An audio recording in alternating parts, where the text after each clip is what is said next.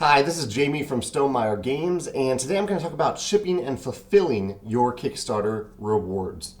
This is something I did over the course of 7 projects. For the vast majority of those projects, I used fulfillment centers instead of shipping stuff by hand. Those are basically the two options you have. You can pack and ship everything from your own house or your garage, or you can freight ship things from your manufacturer to fulfillment centers worldwide.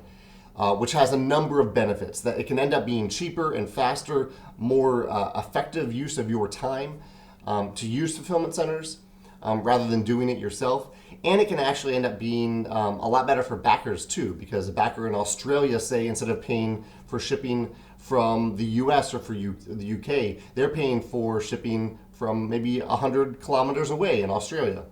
So I highly recommend using fulfillment centers. Some of the things to look at when you look at fulfillment centers, and there's a long list on my website. I'd highly recommend reading the article, How to Ship Stuff Worldwide 2016 edition. It lists my recommendations, which might change over time, and it lists a ton of other stuff that you need to tell these fulfillment centers.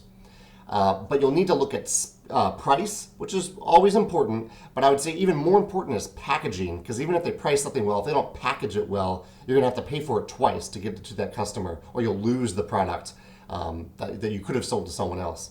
Speed, communication, problem solving, and the interface that they use for you to input all that backer information into their fulfillment system.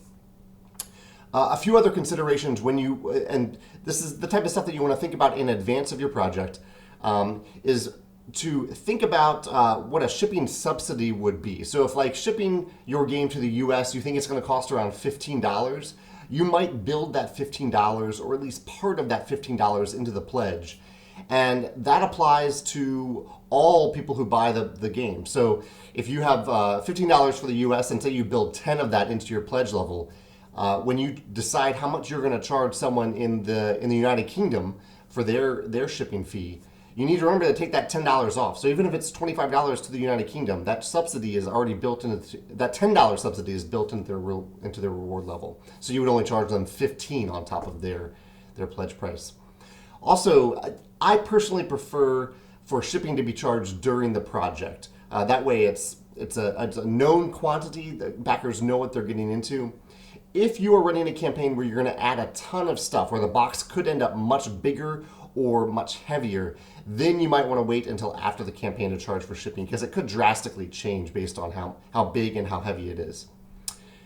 There's a lot more information here. Again, I'd recommend the article How to Ship Stuff Worldwide 2016 edition. If you have any questions there, just ask them on that blog post, and I'm happy to answer. Thanks.